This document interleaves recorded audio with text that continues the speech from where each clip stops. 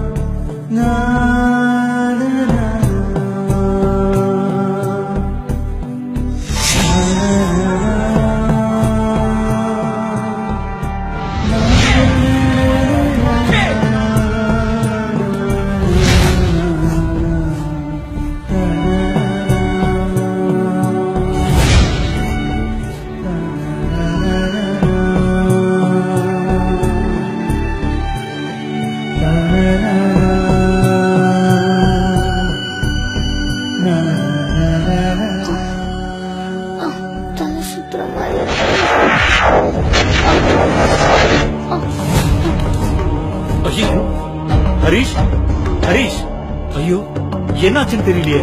என்னப்பா, என்ன பண்ணுது உனக்கு?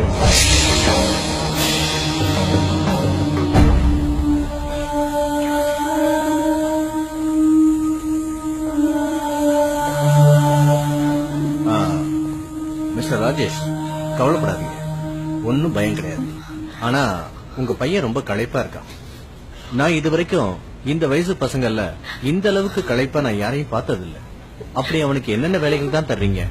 அது சொல்லுங்க ராஜேஷ், தயங்காம சொல்லுங்க. காலையில 4:30 மணிக்கு எழுந்து யோகா கிளாஸ் போறான், அப்புறம் 6:30 மணிக்கு கராத்தே கிளாஸ் போறான், அதுக்கப்புறம் ஸ்கூலுக்கு போயிட்டு வந்து சாயந்தரம் டென்னிஸ் கிளாஸ் போறோம், அதுக்கப்புறம் டியூஷன். இது போக சனி ஞாயிறுல மியூசிக் கிளாஸ், கீபோர்ட் கிளாஸ் அனுப்புறோம் டாக்டர். ஓ மை காட், 7 வயசு பையனுக்கு இவ்வளவா வேலை கொடுப்பீங்க? இத பாருங்க ராஜேஷ், இப்ப நீங்க சொன்ன கிளாஸ்ல சின்ன வயசுல நீங்க எது மேலேயாவது ஆசைப்பட்டிருப்பீங்க. ஆனா அப்ப அது உங்களால முடிஞ்சிருக்காது. அதனால இப்ப அது உங்க மகனுக்கு கிடைக்கணும்னு நினைச்சு எல்லாத்தையும் அவன் மேல திணிக்கிறீங்க, அப்படித்தானே? இத பாருங்க, படிக்கிற பசங்களுக்கு பாடங்களை தவிர வேற ஏதாவது ஒரு எக்ஸ்ட்ரா ஆக்டிவிட்டிஸ் கொடுக்கறதுல தப்பு கிடையாது.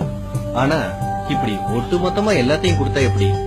7 வயசுங்கிறது ஜாலியா விளையாட்டு போல எல்லாத்தையும் கத்துக்கக்கூடிய வயசுதான். ஆனா இந்த பிஞ்சு வயசுல அவனை இப்படி புளிஞ்சு எடுத்துட்டீங்க. இன்னும் 1 மாசம் இப்ப பண்ணிக்கிட்டு இருக்கிற எல்லா கிளாஸுக்கும் தொடர்ந்து போயிருந்தான்னா அவனோட மன அழுத்தம் அதிகமாகி கோமா நிலைக்கு போயிருப்பான். அதனால குழந்தையா வளர்க்க பாருங்க, சரியா?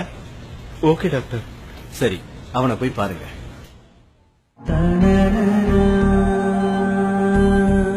ஹரிஷ், அப்பா டைம் என்னாச்சு?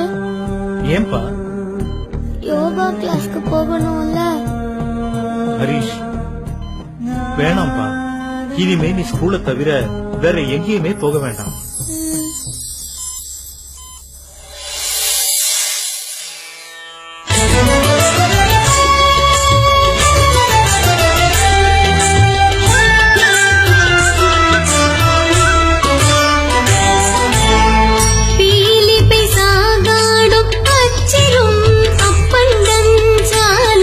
மிகுத்து பெய்யும்